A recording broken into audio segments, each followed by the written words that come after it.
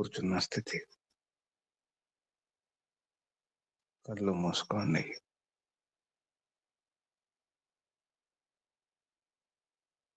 నడుము, వీపు, మెడ, తల నిటారుగా శరీరాన్ని శిథిలంగా చేసుకోండి.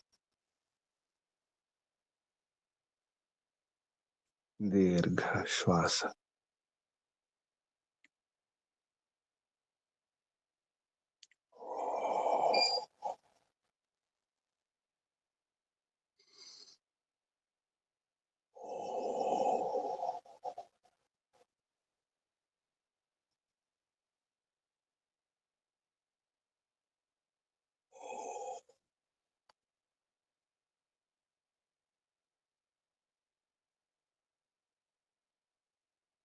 ఓంకారం.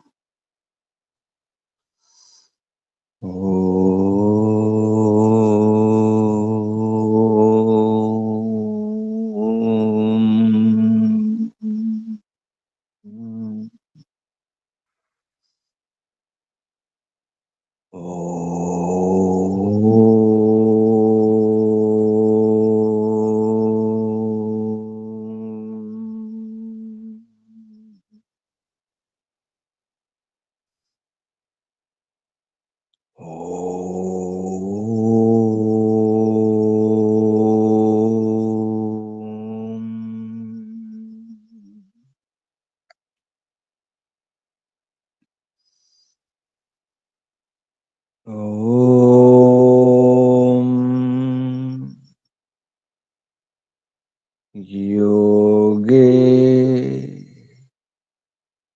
योगे तवस्तरम्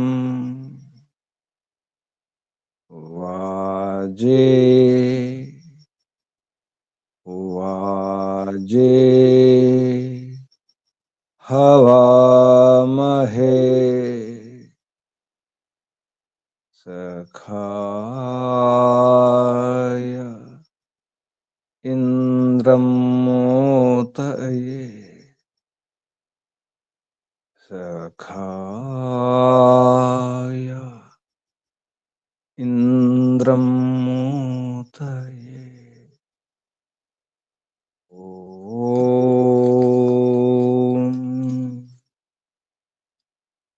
तस्माद् यज्ञात् सर्वहुत ऋचः सामानि जज्ञिरे छन्दांसि जज्ञिरे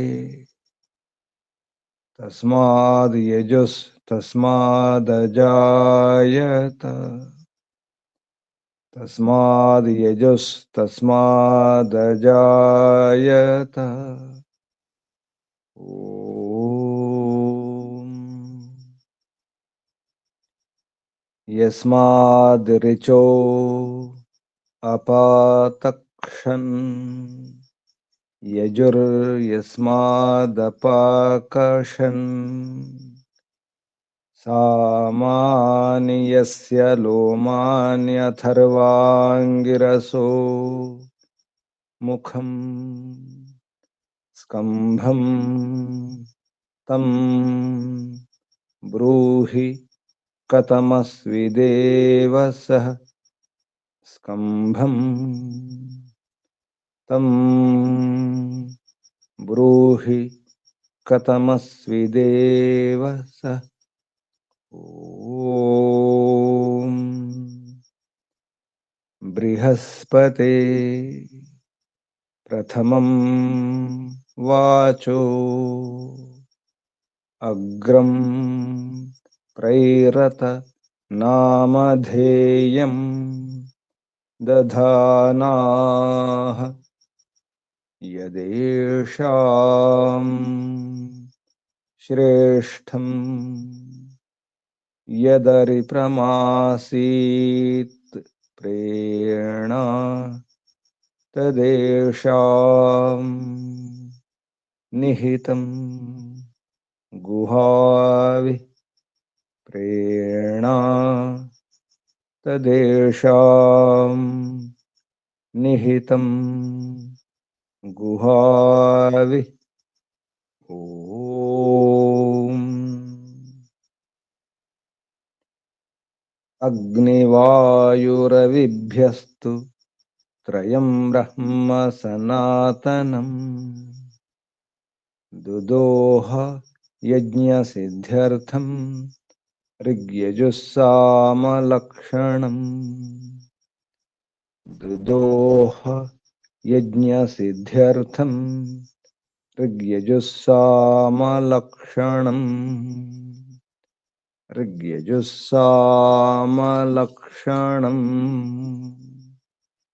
ॐ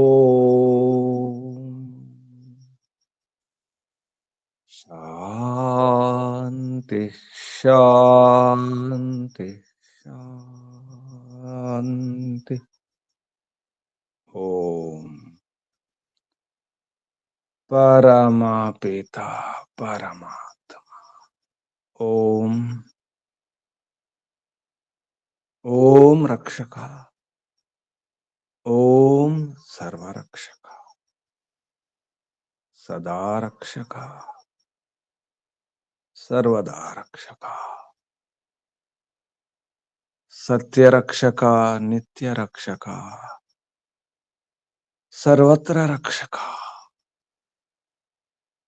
ॐ सर्वतः रक्षक सर्वधा रक्षक सर्वथा रक्षक शाश्वत रक्षक परम रक्षक जगद रक्षक विश्व रक्षक ॐ शाश्वत पिता शाश्वत माता सर्वपिता सर्वमाता विश्वपिता विश्वमाता जगत पिता जगन माता जगदांबा जगत जननी ओम जगतपति विश्वपति चित्पति वाक्पति चक्षुष्पति आपति परापति शुभस्पति दीक्षापति तपस्पति व्रतपति वास्तुष्पति प्रजापति सर्वभूतपति ओम शाश्वत भ्राता त्राता दाता विधाता प्रदाता शाश्वत बंधु मित्र सखा सर्व बंधु सर्व मित्र सर्व सखा परम बंधु प्रथम बंधु परम मित्र प्रथम मित्र परम सखा प्रथम सखा ओम शाश्वत गुरु गुरूणां गुरु परम गुरु सर्व गुरु आदि गुरु प्रथम गुरु सत्य नित्य गुरु ओम शाश्वत आचार्य परमाचार्य प्रथमाचार्य सर्वाचार्य ओम शाश्वत स्वामी सर्वस्वामी सत्य नित्य स्वामी शाश्वत राजा राजाधिराज महाराजा ओम स्वराट स्वयंराट विराट विश्वराट अनंतराट ब्रह्मराट बहुराट महाराट परमराट सर्वराट ओम शाश्वत न्यायाधीश अर्यमा ओम सदाधारा सर्वदाधारा जगदाधारा विश्वाधारा ओम ईश्वरा परमेश्वरा सर्वेश्वरा विश्वेश्वरा जगदीश्वरा ईशा परेशा सर्वेशा विश्वेशा जगदीशा सर्वभूतेशा ओम सर्वांतर्यामिन सर्वभूतांतरात्मन परमात्मन परब्रह्मन ओम सर्वव्यापक विश्वव्यापक ओम सर्वशक्तिमन निराकारा निर्विकारा ओम न्यायकारिन दयालु अजर अमर अभय अनुपमा ओम नित्य पवित्र परम पवित्र ओम सृष्टिकर्ता धर्ता भरता हरता संहर्ता प्रलयकर्ता पालनकर्ता निर्माण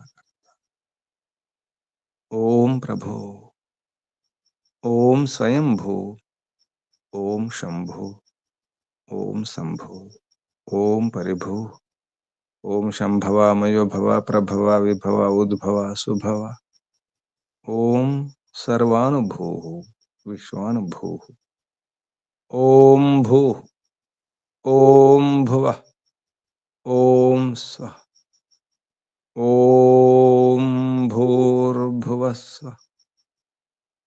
ప్రియా ప్రియాతి ప్రియా, ప్రాణాత్ ప్రియా, ప్రాణస్య ప్రాణ, ప్రియతమ,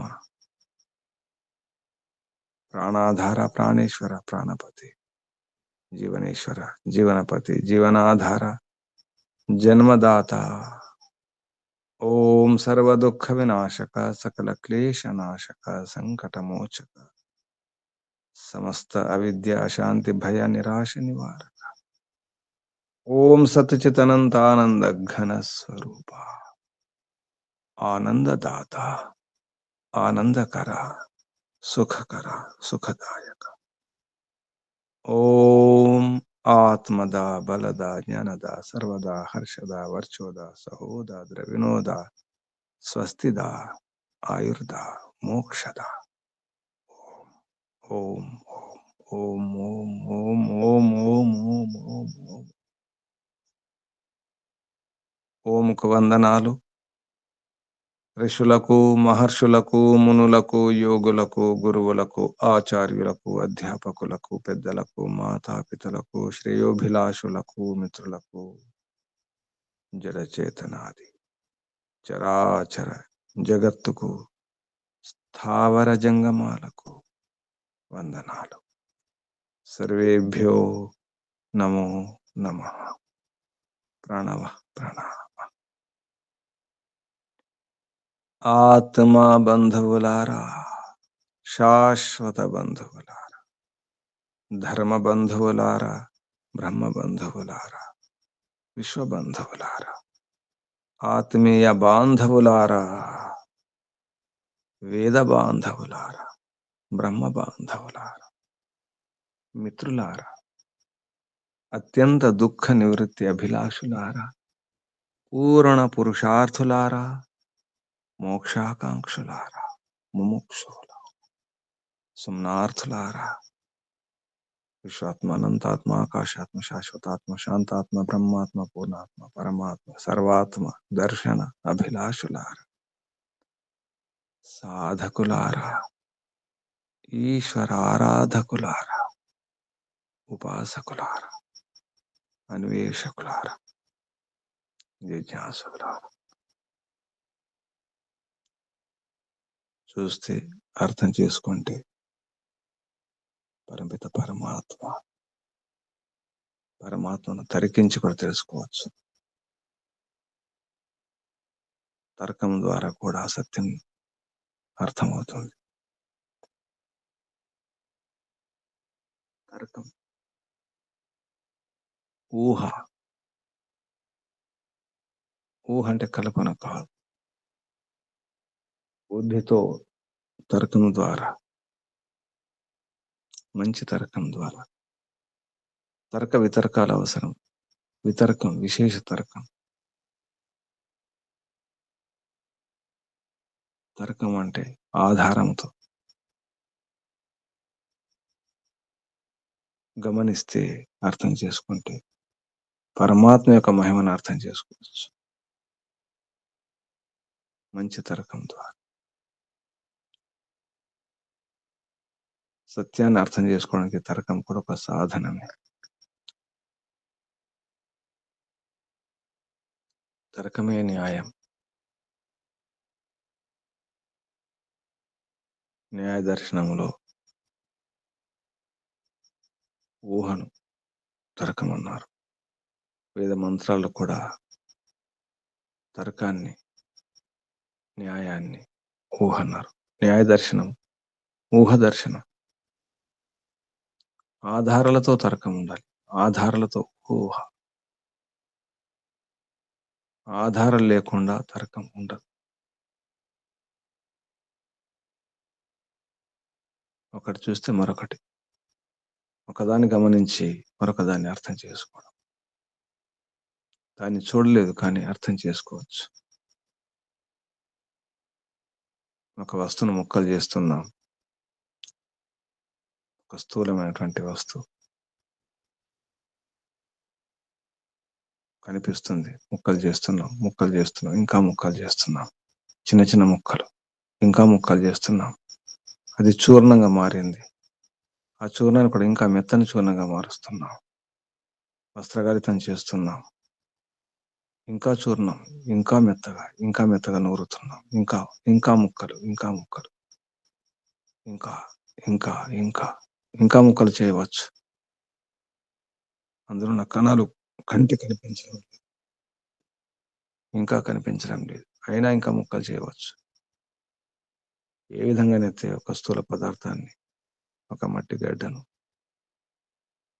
కనిపించే ఒక ముద్దను ముక్కలు చేసుకుంటూ వెళ్తే అది ముక్కలు ముక్కలుగా మారిపోతుంది, విడిపోతుంది, చూర్ణంగా మారుతుంది. ఆ చూర్ణాన్ని కూడా ఇంకా మెత్తని చూర్ణం, ఇంకా మెత్తని చూర్ణం, ఇంకా మెత్తని చూర్ణం, ఇంకా మెత్తగా కూడా చేయవచ్చు. ఇంకా సూక్ష్మం, ఇంకా సూక్ష్మం, ఆ సూక్ష్మాన్ని కూడా ఇంకా సూక్ష్మం చేయవచ్చు. ఇది ఊహ, ఇది తర్కం. కంటికి కనిపించడం లేదు, పట్టుకోవడం కాదు, సాధ్యం కాదు. ఆ కణాన్ని, ఆ అణువును ఇంకా విభజించవచ్చు, ఇంకా విభజించవచ్చు, ఇంకా విభజించవచ్చు, ఇంకా ఇంకా సూక్ష్మాతి సూక్ష్మ కణాలుగా. ఇది తర్కం, ఇది ఊహ. అలాగే పిండిని ముద్ద చేయవచ్చు, కనిపించని కణాలను దగ్గర చేర్చి ముద్దగా మార్చవచ్చు. ఆ ముద్దని ఇంకా పెద్ద ముద్దగా మార్చవచ్చు, ఇంకా పెద్ద ముద్ద, ఇంకా పెద్దది, ఇంకా పెద్దది, ఇంకా పెద్దది, ఇంకా పెద్దది, ఇంకా పెద్దది. భూగోళం అంత పెద్దది, ఇతర గ్రహాలంత పెద్దది, సూర్య కుటుంబం అంతా, సూర్య కుటుంబం ఉన్నటువంటి గ్రహాలు, ఉపగ్రహాలు అన్ని కలిపితే ఎంత ముద్ద అవుతుందో అంత పెద్ద ముద్ద, ఇంకా పెద్ద ముద్ద. ఎన్నో బ్రహ్మాండాలు, ఎన్నో అండాలు. ఇది ఊహ, ఇది తర్కం. ఏ విధంగా సూక్ష్మం చేయడం జరిగిందో, ఏ విధంగా స్థూలాతి స్థూలంగా మార్చడం జరిగిందో. స్థూలం కూడా కనిపించదు, మొత్తం చూడలేము. కంటితో కొంతవరకు చూడగలుగుతాం, కంటికి పరిమితి ఉంది, హద్దు ఉంది, కొంతవరకు చూడగలుగుతాం. సూక్ష్మాతి సూక్ష్మాన్ని కూడా చూడలేం, స్థూలాతి స్థూలాన్ని చూడలేం. అతి దగ్గరగా ఉంటే చూడలేం, అతి దూరంగా ఉంటే చూడలేం.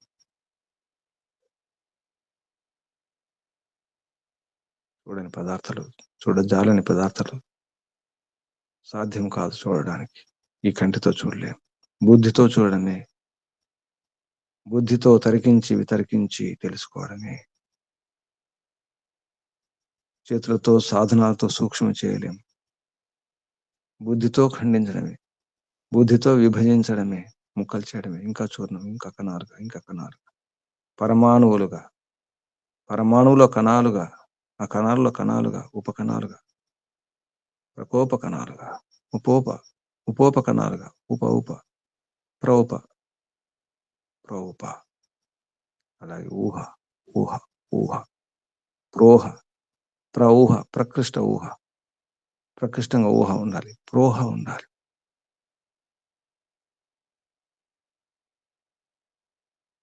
అలా ఊహిస్తుంటే అన్నింటిలో శక్తి ఉంది, ప్రతి పదార్థంలో శక్తి ఉంది.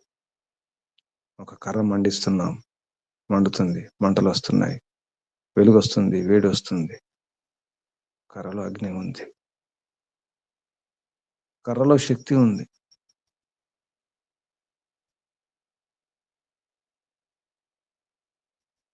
అన్నింటిలో శక్తి ఉంది, అన్ని పదార్థాల్లో శక్తి ఉంది. శక్తి లేకుండా ఏ పదార్థం లేదు, జడ పదార్థమే. ప్రతి పదార్థంలో శక్తి ఉంటుంది. నీటిలో, మట్టిలో, గాలిలో, అగ్నిలో, ఆకాశంలో అంతటా శక్తి ఉంది. అణువులో శక్తి ఉంది, కణకణంలో శక్తి ఉంది, ప్రతి పరమాణువులో శక్తి ఉంది, పరమాణువులో కణాల్లో శక్తి ఉంది. శక్తి లేని కణమే లేదు.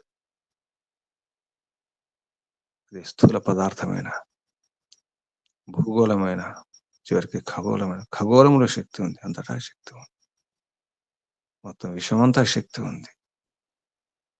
సూక్ష్మాతి సూక్ష్మంలో శక్తి ఉంది, స్థూలాతి స్థూలంలో శక్తి ఉంది. ఊహిస్తే అంతటా శక్తి ఉంది. అర్థం చేసుకుంటే ఊహ ద్వారా ప్రకృష్టమైన తర్కం ద్వారా తెలుసుకున్నప్పుడే విద్య అర్థం కావాలంటే ఊహ ఉండాలి, తర్కం ఉండాలి.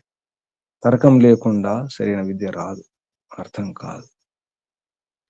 ఇంత తర్కం ఉన్నప్పటికీ, ఇంత బుద్ధితో తర్క వితర్కాలు చేసి తెలుసుకున్నప్పటికీ చివరికి ప్రమాణం ఉండాలి. ప్రమాణం జ్ఞానం, ప్రమాకరణం ప్రమాణం, జ్ఞాన సాధనం ఉండాలి నిర్ధారణ చేయడానికి. ఇది ఇంతే అని స్పష్టం చేయడానికి మళ్ళీ ప్రమాణం అవసరం. ఎంత తర్క వితర్కం చేసినా చివరికి సత్యం స్థిరమయ్యేది ప్రమాణంతోనే. పరమాత్మే ప్రమాణం, పరమాత్మ చెప్పిందే ప్రమాణం. చివరికి పరమ ప్రమాణం, పరమాత్మని యొక్క ప్రమాణమే పరమ ప్రమాణం. పరమాత్మ యొక్క మాట అదే చివరి హద్దు, అదే సత్యం, పరమ సత్యం. వేదంలో చెప్పిందే సత్యం. కానీ తర్కం ద్వారా అర్థం చేసుకోవాలి. ముందు ప్రమాణం దొరకపోవచ్చు, బుద్ధి ద్వారా వితర్కించి ఊహించి అర్థం చేసుకోవాలి. ఆధారాలతో తర్కం ఉండాలి. ఆధారం లేకుండా గాలిలో ఊహలు కాదు, గాలిలో ఊహించే కల్పనలు కాదు తర్కం అంటే. ఊహ,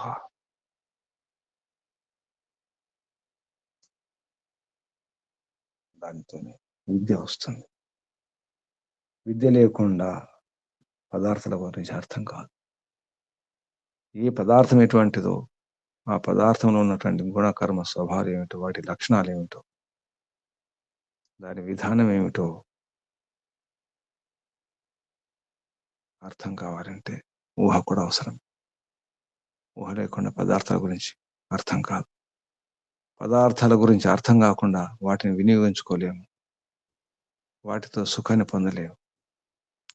పదార్థం ఉన్నప్పుడు కూడా సరిగా వాడుకోలేము, దానితో ఉపయోగం ఉండదు, లాభం ఉండదు. అందుకే విద్య ఉండాలి, ఆ పదార్థం గురించి తెలియాలి. ఏ పదార్థం ఎటువంటిదో, అది జడ పదార్థమా, చేతన పదార్థమా, పరమచేతన పదార్థమా, దాని స్వరూపం ఏమిటి, లక్షణాలు ఏమిటి, ధర్మాలు ఏమిటి, గుణాలు ఏమిటి, ఎలా వాడుకోవాలి. కొన్ని పదార్థాలు ఉంటాయి ప్రమాదకారకం, చాలా ప్రమాదం. ముట్టుకుంటే చూస్తేనే, చూడడం కూడా చూడలేము. భయంకరమైన వెలుగు చూడకూడదు, భయంకరమైన శబ్దం వినకూడదు, భయంకరమైన రుచి, ఆ రుచిని కూడా పొందకూడదు.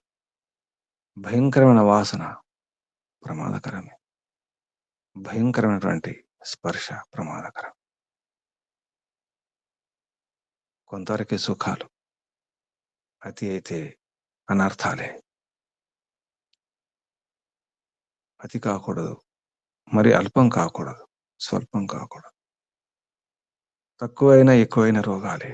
నిద్ర రాకున్న రోగమే, నిద్ర ఎక్కువ వచ్చిన రోగమే. ఆకలి కాకున్న రోగమే, ఆకలి ఎక్కువైన రోగం.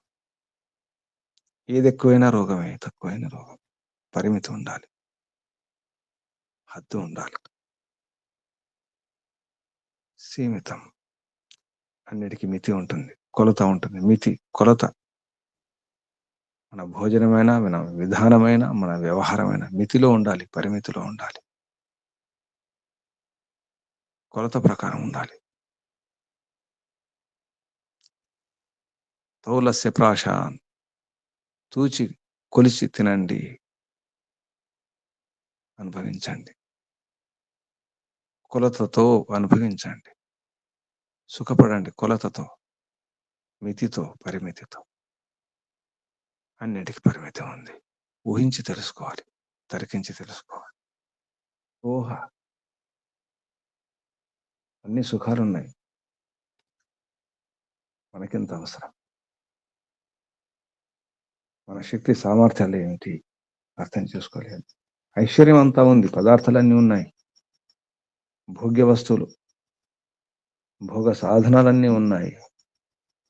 అన్నీ ఉన్నప్పుడు కూడా, మన దగ్గరే ఉన్నాయి ఉన్నప్పటికి కూడా, అన్ని శక్తులు ఉన్నాయి ఉన్నప్పటికి కూడా, మనకెంత అవసరం? మనకేది అవసరం? మనకెంత అనుకూలం? ఎంత ఊహించి తెలుసుకుని జీవించే ప్రయత్నం చేద్దాం. పరమాత్మను చూద్దాం, అన్నింటిలో పరమాత్మను చూడాలి. కళ్ళు మూసుకొని ఊహించుకొని చూడండి, బుద్ధితో చూడండి. ఊహ, ఈశ్వర అనుభూతి, సుఖాలను అనుభవిస్తున్నాం, తాత్కాలిక ఆనందాలను, సంతృప్తిని కూడా పొందుతున్నాం. తెలుస్తుంది ఆనందం, సంతృప్తి, సుఖం, శాంతి అర్థమవుతుంది. మనసు స్థిరంగా ఉన్నప్పుడు, ఏకాగ్రమైనప్పుడు హాయిగా ఉంటుంది. ఏ బాధలు, ఏ సమస్యలు, ఏ కష్టాలు బాధించవు. ఉన్నాయి, నొప్పులు ఉన్నాయి, బాధలు ఉన్నాయి, కష్టాలు ఉన్నాయి, సమస్యలు ఉన్నాయి. అయినప్పుడు కూడా ఏమి తెలియదు.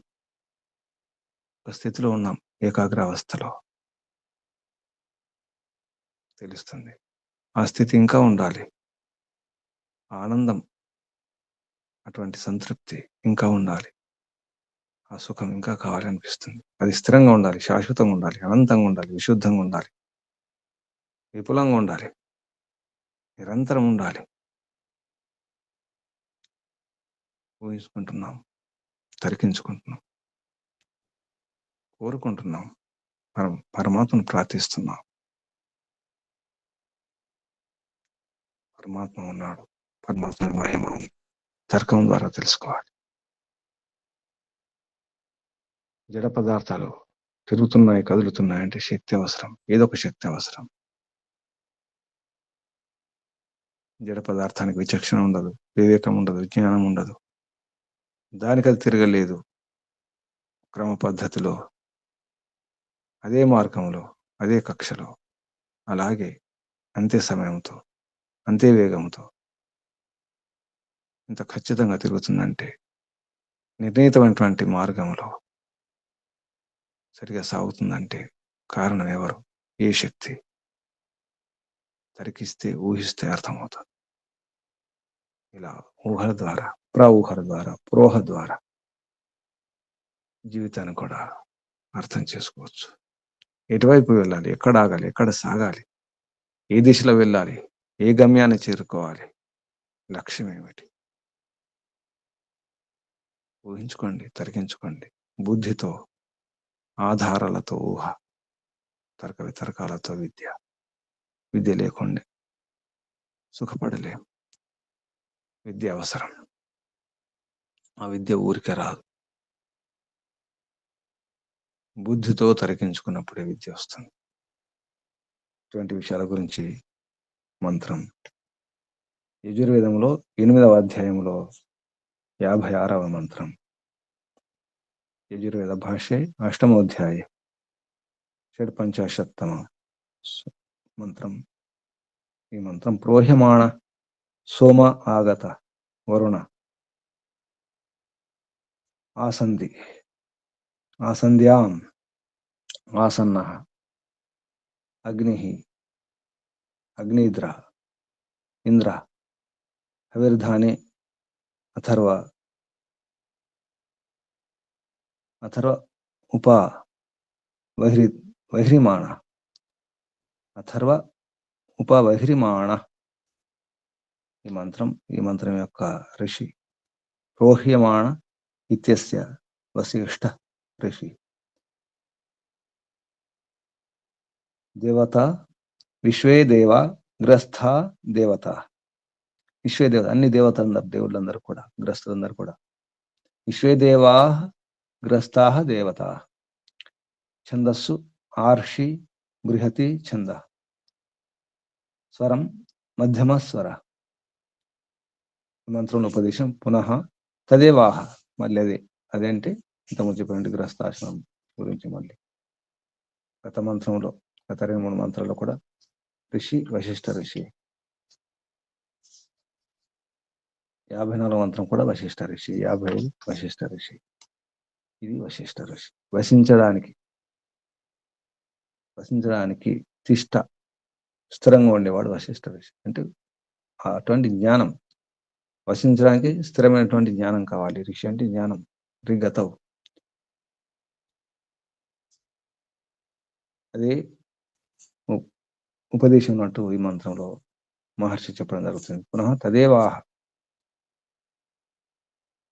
మంత్రం ఉన్నటువంటి శబ్దాలు పదచ్ఛేదం తర్వాత, సంధి విచ్ఛేదం తర్వాత పదపాఠం. మహర్షి దయానంద సరస్వతి గారు చెప్పినటువంటి పదపాఠం. ప్రోహ్యమాణ ఊహ్యమాణ ఇది ఊహ్యమాణ. సోమః ఆగత ఇది ఆగతః. వరుణః ఆసంధ్యాం ఇది ఆసంధ్యాం. ఆసన్న ఇది ఆసన్నః. అగ్నిః ఆగ్నేధ్రే ఇంద్రః. హవిర్ధాన ఇది హవిః ధానే. అథర్వ ఉపవహ్రిమాణ ఇది అవహ్రిమాణ. ఇవి శబ్దాలు. ఇప్పుడు మంత్రోచ్చారణ. ఓం నమస్తే గురుజీ. చెప్పండి. ఓం ప్రోహ్యమాణః సోమ ఆగతో వరుణ ఆసంధ్యామాసన్నోऽగ్నిరాగ్నిద్ర ఇంద్రో హవిర్ధానేథర్వోపావహ్రియమాణః.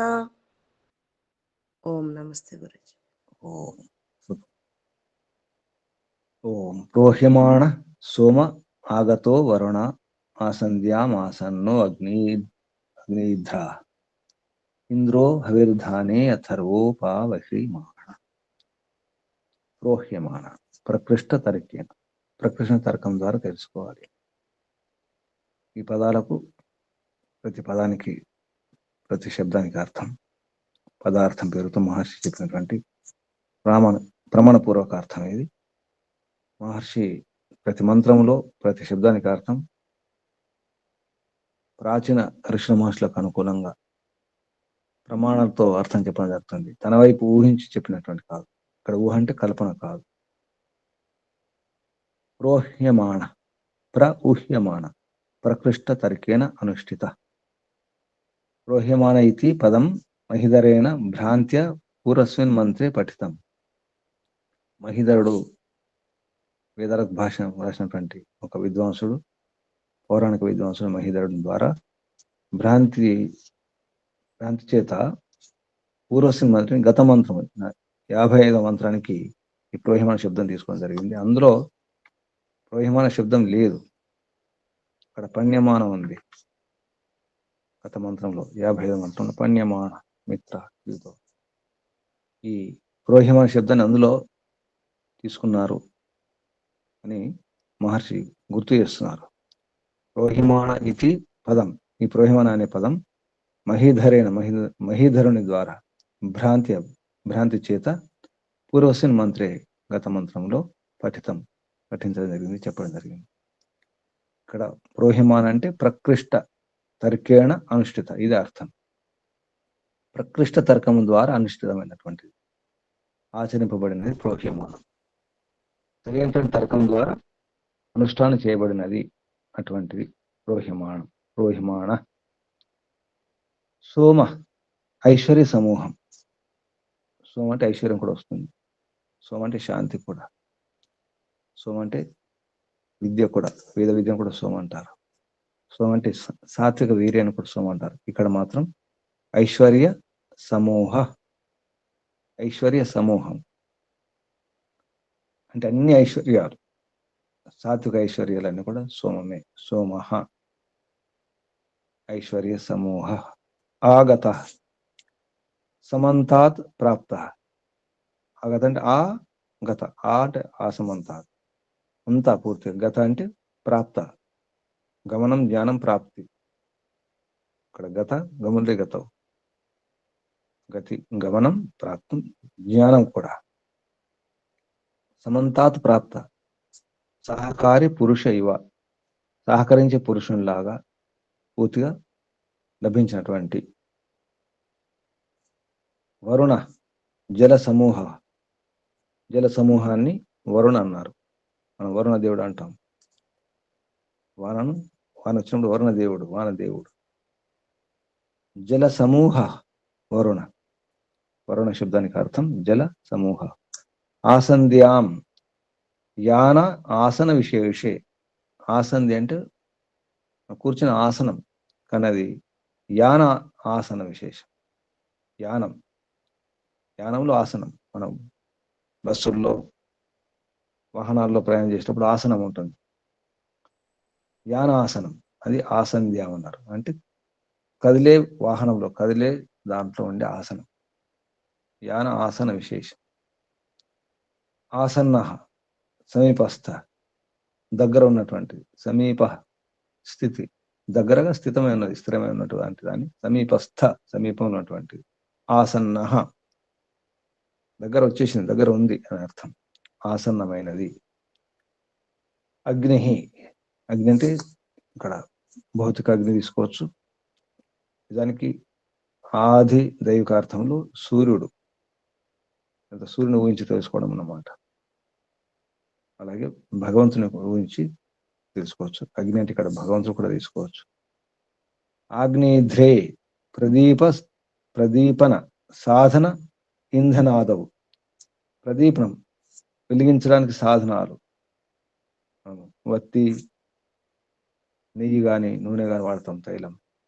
ఆ సాధనాన్ని కూడా ఆగ్నేధ్రే అంటే అగ్నికి దహనం చేయడానికి, వెలిగించడానికి ఏవైతే సాధనాలు ఉంటాయో అన్ని. ప్రదీపన సాధన ఇంధనాదవు, ఇంధనం మొదలు అన్ని కూడా. నెయ్యి, సమిధలు, వత్తి, దీపం వండడానికి, ప్రదీపం చేయడానికి కావలసిన సాధనలన్నీ కూడా ఇంధనాదులని కూడా, ఇంధనం మొదలన్నీ కూడా. ఆగ్నేధ్రే. ఇంద్ర, విద్యుత్. విద్యుత్ అంటే కనిపించని అగ్ని, సూక్ష్మాగ్ని. విద్యుత్ అంటే సూక్ష్మాగ్ని. ఈ విద్యుత్ అన్ని పదార్థాల్లో ఉంటుంది. ఈనాటి వైజ్ఞానికులు కూడా, ఈ ఆధునిక విజ్ఞానం కూడా ఒప్పుకున్న విషయం. ప్రతి పదార్థంలో విద్యుత్ ఉంటుంది. స్థిర విద్యుత్ అంటారు దాన్ని. విద్యుత్ లేకుండా ఏ పదార్థం లేదు. ఉదాహరణకు కర్రలు మండిస్తే అగ్ని వస్తుంది. అందులో శక్తి ఉంది, ప్రతి పదార్థంలో శక్తి ఉంది.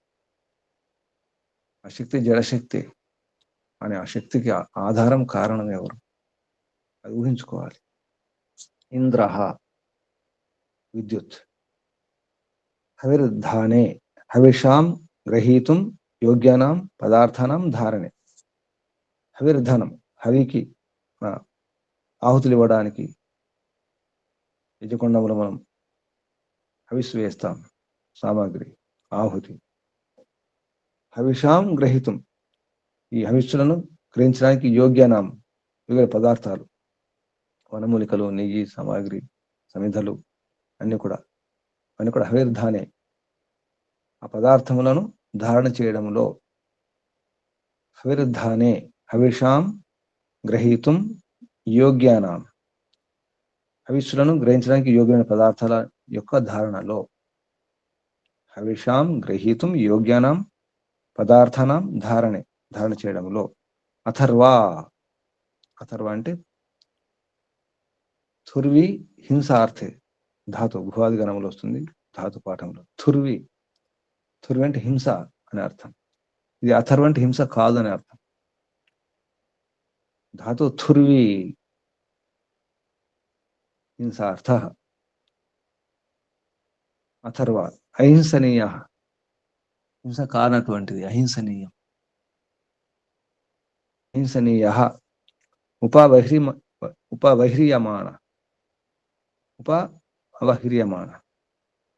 అవహ్రియమాణ, క్రియాకౌశలేన ఉపయుజ్యమాన. క్రియాకౌశలతో అంటే వస్తువుని ఎలా పట్టుకోవాలి, ఎలా ఉపయోగించుకోవాలి ఆ నైపుణ్యం ఉండాలి. క్రియా కౌశలేన, ఉపయుజ్యమాన, ఉపయోగించుకోవడం జరుగుతుంది. ఉపవహ్రియమాణ, అంటే మన పదార్థాన్ని ఎలా వాడుకోవాలి, ఎలా ఉపయోగించుకోవాలి, ఎలా సద్వినియోగం చేసుకోవాలి, ఎటువంటి ప్రమాదం జరగకుండా ఎలా చూసుకోవాలి.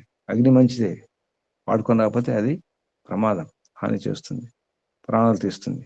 నీళ్లు మంచివే, నీళ్ళు మునిగిపోతే ప్రాణాలు పోతాయి.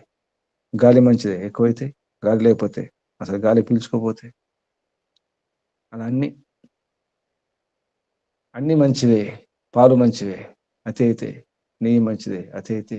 అసలు లేకపోతే, తేనె మంచిదే, అతి అయితే. అసలు లేకపోతే, ఆహారం మంచిదే, అతి అయితే. అసలు లేకపోతే, నిద్ర మంచిదే, అతి అయితే. అసలు లేకపోతే. కాబట్టి కౌశలం ఉండాలి, నైపుణ్యం ఉండాలి, బుద్ధి ఉండాలి, తర్కంతో అర్థం చేసుకోవాలి. ప్రతి విషయం, ప్రతి ఆకు గురించి, ప్రతి కొమ్మ, ప్రతి పుల్ల గురించి, ప్రతి రెమ్మ గురించి, ప్రతి వేరు గురించి, చెట్టు మొత్తం ఎవరు చెప్పారు. ఒకటి రెండు చెబితే మిగతాంతా ఊహించుకోవాలి. అన్నం ఉడికిందా లేదా, అన్నం ఉడికిందా లేదా చూడడానికి ప్రతి అన్నం మెతుకుని చూడాల్సిన అవసరం లేదు. ఒక మెతుకు చూస్తే అర్థమవుతుంది అన్నం ఉడికిందో లేదా. ఇది ఊహ, ఇది తర్కం. అన్నం ఉడికింది, ప్రతి బియ్యం గింజ చూడడం అవసరం లేదు, ప్రతి మెతుకు అవసరం లేదు.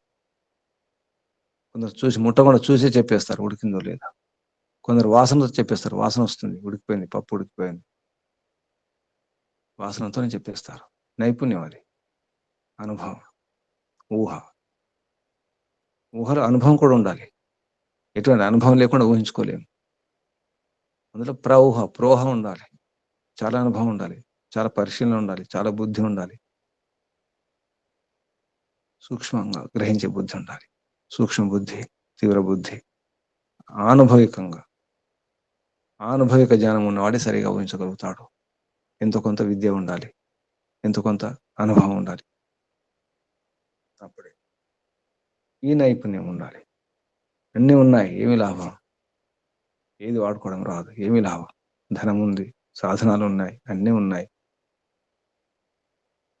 అన్ని చదువుతాం, ఎన్నో శాస్త్రాలు అధ్యయనం చేస్తాం, కానీ ఊహ లేదు, తర్కం లేదు, విచక్షణ లేదు, వివేకం లేదు, కౌశలం లేదు, నైపుణ్యం లేదు, ఎలా వాడుకో తెలియదు. అన్ని కంఠస్థమే. పరీక్షకు భయపడతాం, కష్టపడతాం, కానీ పరీక్షకు భయపడతాం. పరీక్ష అంటేనే భయం. రండి ఆచరిద్దామంటే భయం. వినడానికి బాగానే ఉంటాయి, ఇక్కడ ఊహలు బాగున్నాయి, వినేటప్పుడు ఊహలు ఊహించుకుంటాం. రండి ఆచరిద్దాం, రండి తిందాం, అనుభవిద్దాం అంటే కూడా అనుభవించడానికి కూడా భయమే. తెలియకపోతే, నైపుణ్యం లేకపోతే, అనుభవం లేకపోతే, పరిచయం లేకపోతే. ఈ విధంగా ఈ మంత్రంలో ఊహ గురించి చెప్పండి. ప్రోహ్యమాణ, అన్ని ఉన్నాయి. సోమ, ఆగత అన్ని ఉన్నాయి. వరుణ, ఆసంధ్యం అన్ని ఉన్నాయి. ఆగ్నేద్ర, హవిర్ధానం అన్ని ఉన్నాయి. ఇంద్ర, శక్తి ఉంది, అన్ని ఉన్నాయి. సరైన ఊహ లేదు, అనుభవం లేదు. ఉపాహ్రియమాణ, రెండు అవసరం. ప్రోహ్యమాన, ఉపాహ్రియమాన.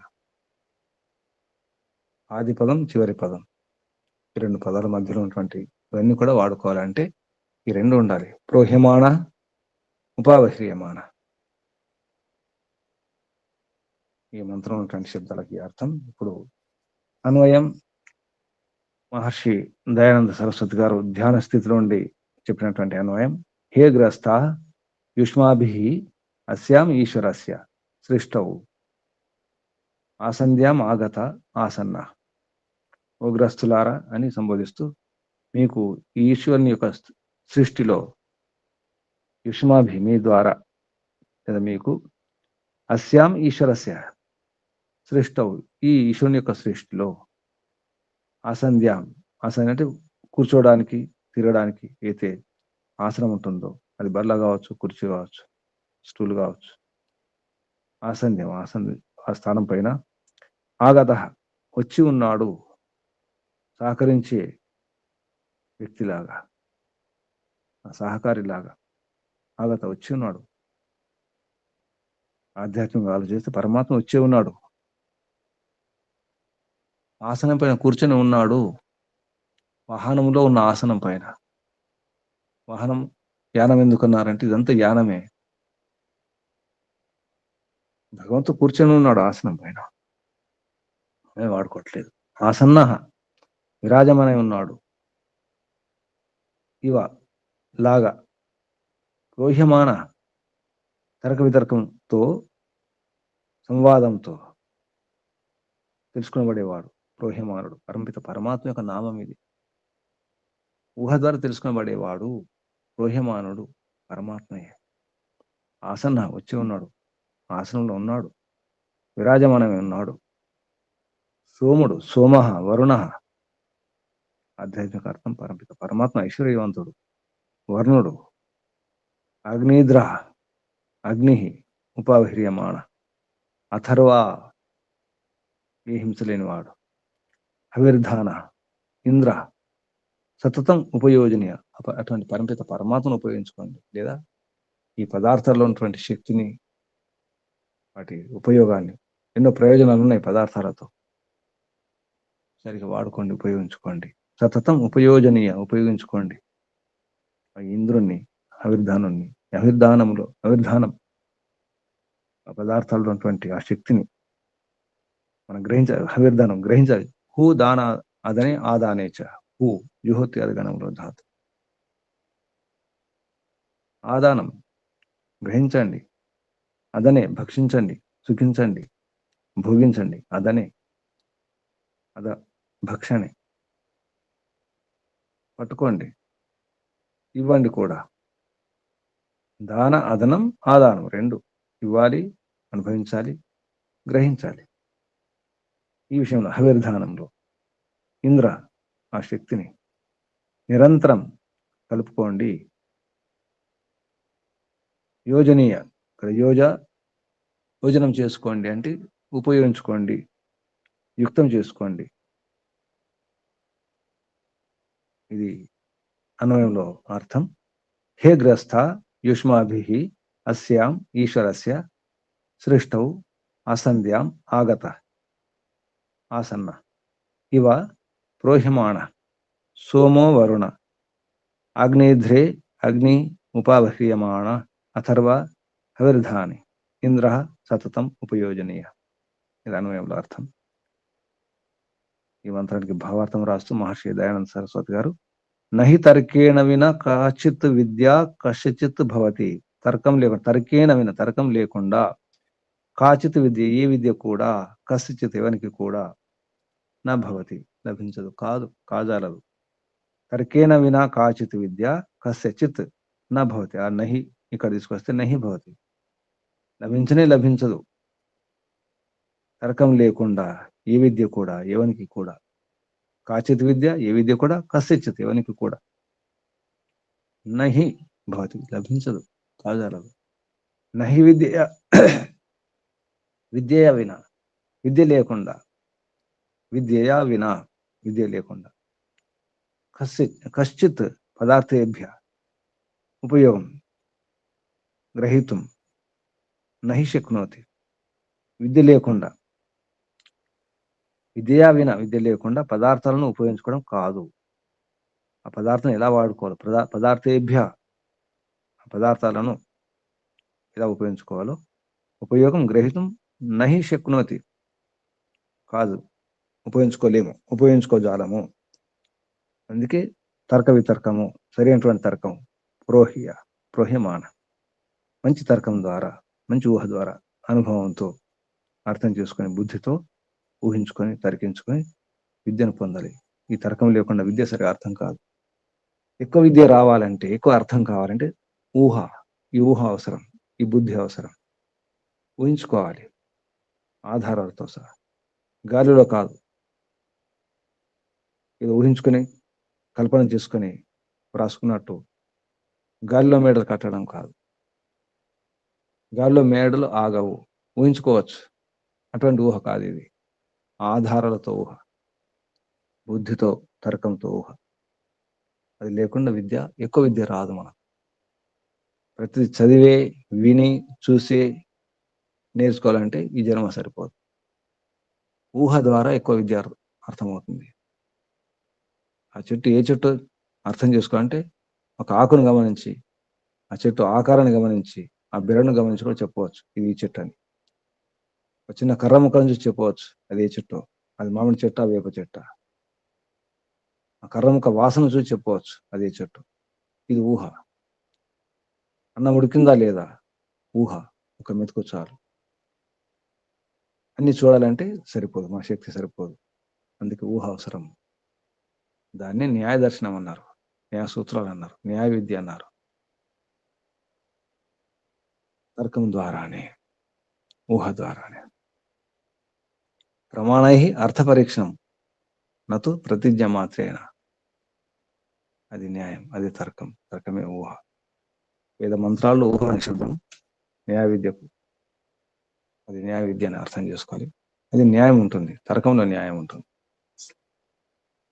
ఒప్పుకోవాల్సిందే, తర్కం ద్వారా చెప్పిన మాట ఒప్పుకోవాల్సిందే. కానీ ప్రమాణం ఉండాలి చివరికి.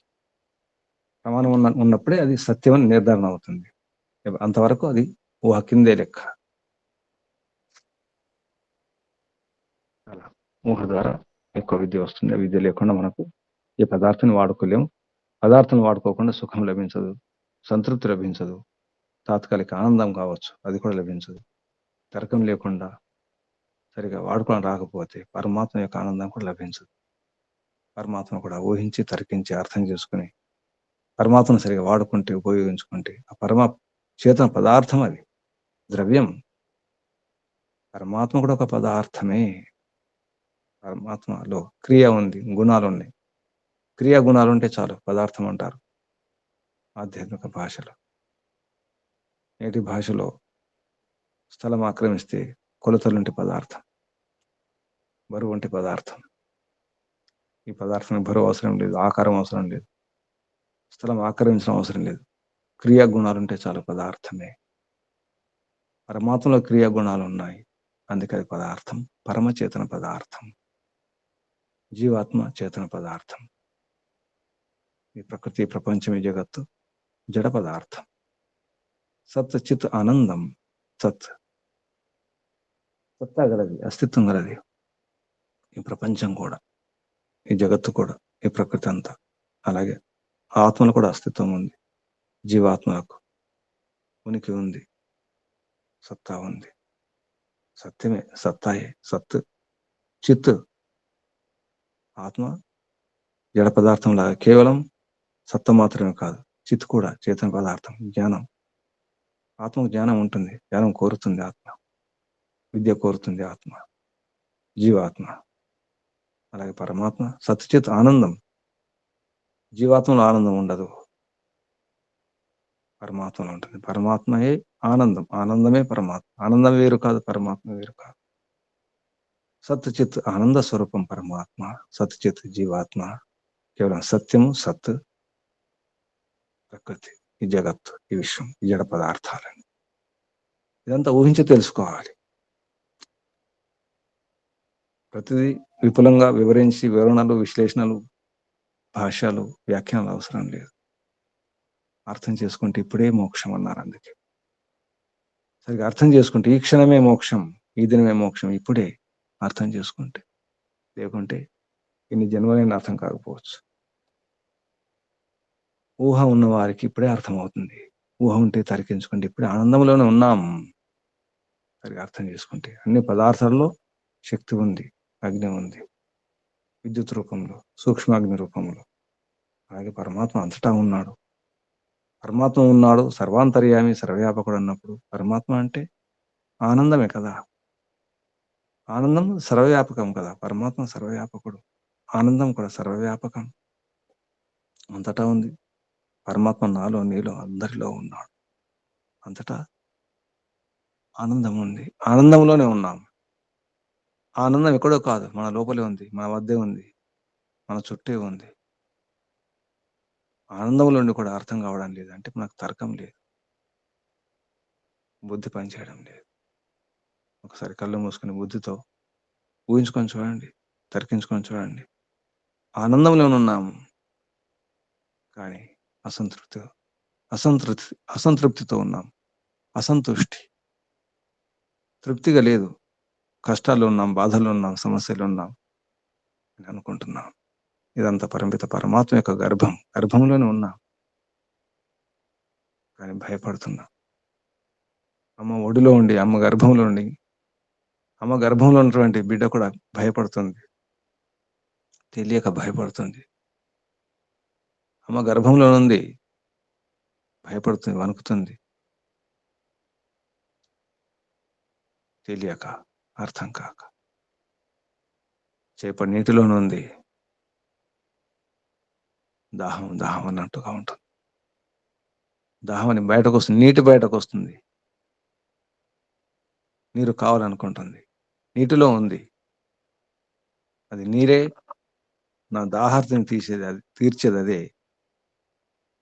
నా దాహం అనే సమస్యను దూరం చేసేది నీరు ఉంది. ఆ నీటిని వాడుకోవాలని తెలియదు. చుట్టూ నీరే, అంతా నీరే, అంతా ఆనందమే.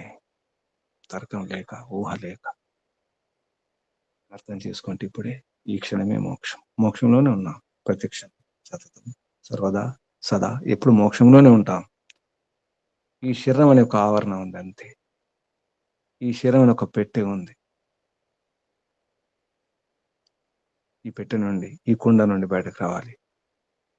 శరీరం అనే కుండ నుండి బయటకు రావాలి, అంతే. ఇది అర్థం కాక, ఈ ఊహ లేక భయపడుతున్నాం, బాధపడుతున్నాం, కష్టాలు అనుకుంటున్నాం. అందుకే సరైన ఊహ అవసరం ఉందని ఈ మంత్రం ద్వారా చెప్పడం జరిగింది. ఒకసారి మంత్రం చూద్దాం. ఓం ప్రోహ్యమాణ సోమ ఆగత వరుణ ఆసంధ్యాం ఆసన్న అగ్ని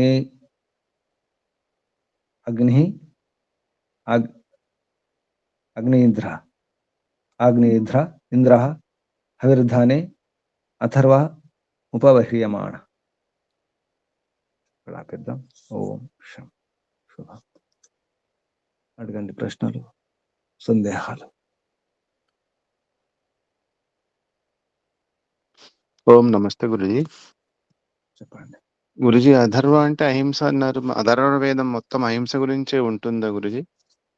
చాలా నాకు అర్థం, సందేహం కలిగింది. ఒకే శబ్దం ఉండదు, ఒకే అర్థం ఉండదు. ఇక్కడ తుర్వి అనే ధాతువుతో హింస అర్థం. తుర్వి అంటే హింస అని అర్థం. అథర్వ అంటే హింస లేదని అర్థం, అహింస. ఇక్కడ పరమాత్మ గురించి చెప్పిన, ఇక్కడ అథర్వ అనే పరమాత్మ గురించి నిజానికి. మరొక అర్థం, ఈ ఏది మనం యజ్ఞం చేస్తామో ఈ హవిస్సులు ఇవన్నీ కూడా హింస ఉండకూడదని అర్థం. యజ్ఞం యొక్క పేరు కూడా అథర్వనే. యజ్ఞం యొక్క పేరు అథర్వ. అంటే హింస ఉండదు. యజ్ఞం చేస్తే హింస ఉండకూడదు, అంత జాగ్రత్తగా చేయాలని అర్థం. అథర్వ మరొక అర్థం స్థిరం అని అర్థం. స్థిరం. అథర్వ అంటే పూర్ణం అనే అర్థం కూడా వస్తుంది. అంటే అథర్వేదం అంటే పూర్తిగా ఋగ్వేదం, యజుర్ సామవేదం అయిన తర్వాత అథర్వేదం చేసినప్పుడు పూర్తిగా ఉంటారు. 4 వేదాలు అధ్యయనం చేసిన వారిని బ్రహ్మ కూడా అంటారు. బ్రహ్మ అంటే పూర్తి, పూర్ణం అనే అర్థం.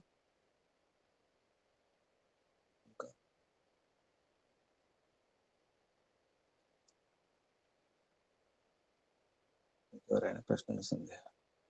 నమస్తే గురుజీ, ధన్యవాదాలు. తుర్వి ధాతు, తుర్వి హింసార్థ. భువాదిగణంలో ధాతు పాఠం చూడండి. ఉదాహరణకు వేదం అనుకోండి. వేదం దానికి ధాతు విద్. విద్ అంటే 4-5 అర్థాలు ఉన్నాయి. ఇదర్ లాభే, విద జ్ఞానే, విదర్ సత్తాయాం, విద విచారణే. విద ధాతు ఒకటే, విద. వేరే గణాలు వేరే అర్థాలు. విచారణ అని, సత్తా అని, లాభం అని, జ్ఞానం అని అర్థాలు. ఇంకా అర్థాలు ఇంకా విధ ఇంకా ఉన్నాయి. తెలుసుకోవడం కూడా అర్థం ఉంటుంది, ఇంకా ఉన్నాయి. మన విద్యా శబ్దానికి కూడా ధాతు అదే, విద్య. వేదం శబ్దానికి ధాతు కూడా విధ ధాతువే. ఇక్కడ తర్వాత ఇక్కడ మాత్రం తుర్వి హింసార్థ. ఓం. ఇంకెవరైనా ప్రశ్నలు, సందేహాలు? నమస్తే గురుజీ. చెప్పండి. ఊహ అనుమానము ఒకటేనా, వేరే వేరే? కొంతవరకు ఒకటే. అనుమానించి తెలుసుకుంటాం, ఎన్నో అనుమానించి. అసలు అనుమానంతోనే ఎన్నో విషయాలు తెలుస్తాయి. మనం అనుమానం ప్రమాణం కదా. ప్రమాణం. కానీ అనుమాన సూత్రం చెప్పండి. న్యాయదర్శన సూత్రం అనుమాన ప్రమాణానికి. తత్పూర్వకం పూర్వకం సత్యప్రకాశం మూడో సముదాసం చూడండి, స్పష్టంగా ఉంటుంది. తత్పూర్వకం. తత్ అంటే ఏంటి? అక్కడ తత్ అంటే దేని పూర్వకం? ప్రత్యక్ష. అంతకుముందు ప్రత్యక్ష ప్రమాణం గురించి చెప్పడం జరిగింది. ఉన్నదాన్ని ప్రత్యక్ష ప్రమాణం చెప్పిన తర్వాత అంటే ప్రత్యక్ష పూర్వకం అంటే దాని ముందు ఏముండాలి? బేస్, దానికి ఆధారం ప్రత్యక్షం ఉండాలి. అగ్ని ఉంటే పొగ వచ్చినట్టు, అగ్ని ఉందంటే పొగ అంటే ఉన్నట్టు. ముందు చూడాలి కదా, ముందు చూస్తేనే కదా, ముందు అనుభవం ఉండాలి కదా, ఊహించాలి. ముందు తెలిసి ఉండాలి కదా. అగ్ని ఉంటే పొగ ఉంది ముందు చూసినప్పుడు కదా. అగ్నిని ప్రత్యక్షమై చూడాలి, అగ్నిని చూడాలి, పొగను చూడాలి, దానికి సంబంధం కూడా చూడాలి. ముందు ఆ అనుభవం ఉండాలి, ఆ జ్ఞానం ఉండాలి, ప్రత్యక్ష జ్ఞానం. దాన్ని బట్టి ఎక్కడైనా పొగ చూస్తే అగ్ని ఉంది అని ఊహించుకుంటాం, తర్కించుకుంటాం, అనుమానిస్తాం. అనుమానం అంటే అర్థం అది. అనుసరించి, మానం అంటే తెలుసుకున్నాం, మానం అంటే జ్ఞానం, అనుసరించిన జ్ఞానం. అనుమానం అనుసరించినటువంటి తర్వాత అంటే తర్వాత కలిగే జ్ఞానం. దీని తర్వాత ప్రత్యక్షం తర్వాత. అదే తత్పూర్వకం అనుమానం. అది త్రివిధం, 3 రకాలు ఉంటుంది. పూర్వ శేష అది ఉంటుంది.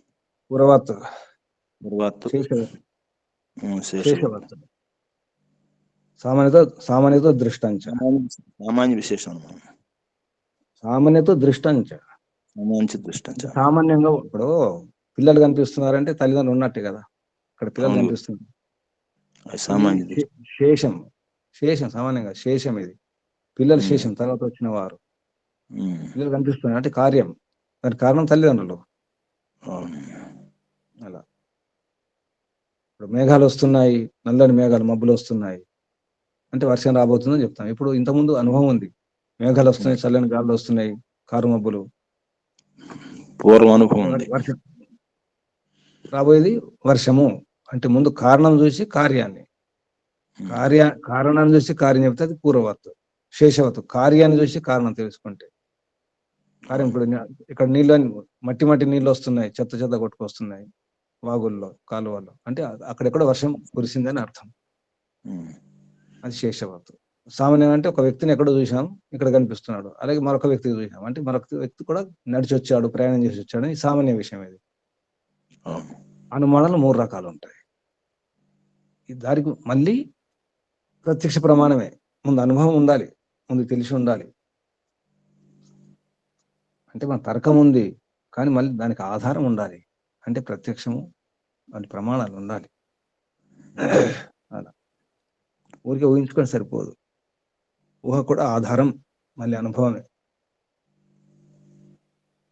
ఇంకా న్యాయదర్శనం చూడండి ఈ సందర్భంగా. మొదటి సూత్రం చూడండి, మొదటి సూత్రం ప్రమాణ ప్రమేయ సంశయ 16 ఉన్నాయి కదా. తత్వజ్ఞాన నిశ్రేష అధిగమ.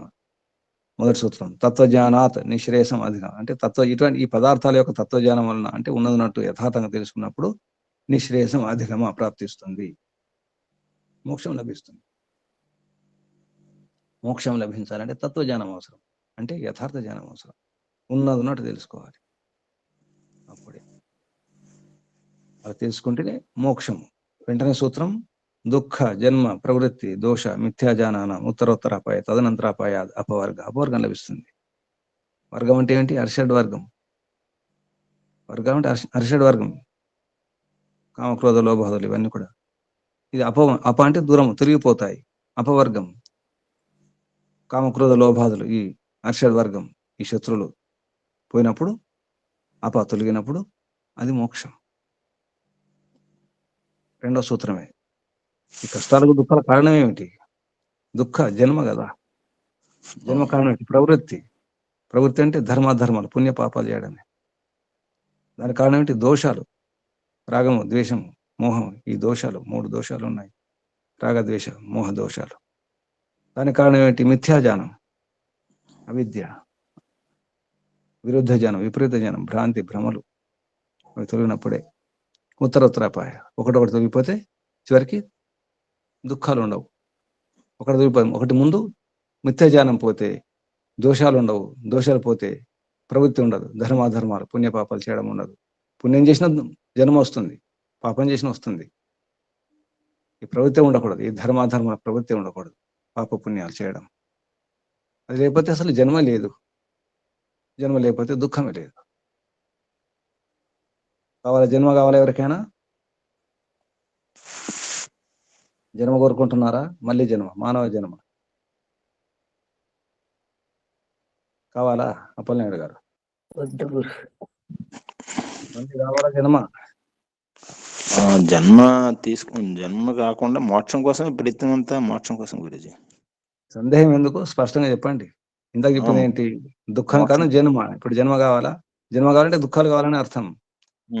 జన్మ కావాలి, అది మానవ జన్మ కావచ్చు, అయినా దుఃఖమే. అందుకే చర్మదేహం కావాలి. గట్టిగా చెప్పుకోండి, గట్టిగా సంకల్పం చేసుకోండి. నిండా మునగాలి, ఎలాగో చావు తప్పదు కదా. మీరు భయపడినా భయపడకున్నా, ప్రయత్నం చేసినా చేయకున్నా మరణం సంభవిస్తుంది. మరణం సత్యం, సత్యం. మరణం తప్పదు, సత్యం అది. అందుకే బాగా పురుషార్థం చేయండి. ఈ శబ్దం ప్రోహ్యమాన్ అన్నారు. భగవంతుడు ఊరికి లభించడు, ఊహ ద్వారానే. ఇది అర్థం అదే. ఇది భగవంతుని నామం, ఇది ప్రోహ్యమానుడు అంటే సరిగా ఊహ ద్వారా అందుతాడని అర్థం. ప్రకృష్ట తర్కేన అనుష్ఠిత, ప్రకృష్ట తర్కం ద్వారా అనుష్ఠానం చేయబడినప్పుడు లభించేవాడు పరమాత్మ, ప్రోహ్యమానుడు. గట్టిగా అర్థం చేసుకోండి. ఇప్పుడే ఏం లేదు, ఒక క్షణమే. సరిగ్గా ఊహించుకోండి బుద్ధితో. ఈ క్షణమే, మళ్ళీ కాదు, మళ్ళీ జన్మ అవసరం లేదు. చర్మదేహమే, చివరి మరణమే. మాటి మాటికి ఎందుకు మరణించడం? రోజు రోజు, ప్రతిదినం, ప్రతి క్షణం రోజు మరణిస్తున్నాం. ఇంకా ఎవరైనా? ఓం నమస్తే గురూజీ. చెప్పండి. గురూజీ, దర్శనాలలో ఇక్కడ ఒక చోట తర్కం ఋషిన్ అంటే మనకి ఏదైనా విషయం తెలియనప్పుడు తర్కం అనే ఋషిని ఉపయోగించుకొని ఉన్నటువంటి యథార్థాన్ని గ్రహించమని చూశాను గురూజీ. ఇక్కడ నిరుక్తంలో యాస్కమార్ చెప్పింది అదే. ఋషులు లేరు, ఎవరు లేరు, కనిపించట్లేదు, దొరకట్లేదు అంటే ఋషి లేకపోవడం ఏంటి? మీకు తర్కమే మీ ఋషి అన్నారు. తర్కమే మీ ఋషి. ఋషి లేరు అనకండి. ఋషి అంటే మానవ దేహం ఉన్నటువంటి ప్రాణి కాదు కదా ఋషి అంటే. తర్కమే మీ ఋషి. ఋషి అంటే ఏంటి? మళ్ళీ జ్ఞానమే.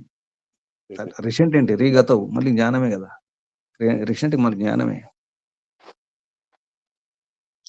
అలాగే మా దయానంద సర్ స్వామీజీ వచ్చేటప్పటికి కూడా వేదం అయితే ఉంది, కానీ అప్పటికే బ్రాహ్మణులు ఏంటంటే ఈ యథాతథంగా దాన్ని యథార్థం తెలియక ఈ తర్కం ఉపయోగించక అప్పటికి అది మూఢత్వం, పాషండత్వం ప్రబలిపోయిన టైంకి దయానందుడు వచ్చి యథార్థ తత్వాన్ని ఇప్పుడు ఉపయోగించుకోండి లక్ష్మణ గారు, ఉపయోగించుకొని రావాలి. ఇప్పుడు మనం సమయం వ్యర్థం చేసుకోవడం కాదు, సమయం లేదు. ఇది చెబుతున్నారు బాగానే, మనం వింటున్నాం, కానీ మనం తర్కించుకుంటున్నామా? ఊహ ప్రోహ. ఇక్కడ పని చేయండి, పని చేయడం పెట్టుకోండి, సాధన చేయండి, సాధించండి. ఇప్పుడే అర్థం చేసుకోండి. అన్నం ఉడికిందా లేదా? ఒక మెతుకు చూడండి, జీవితాన్ని గమనించండి.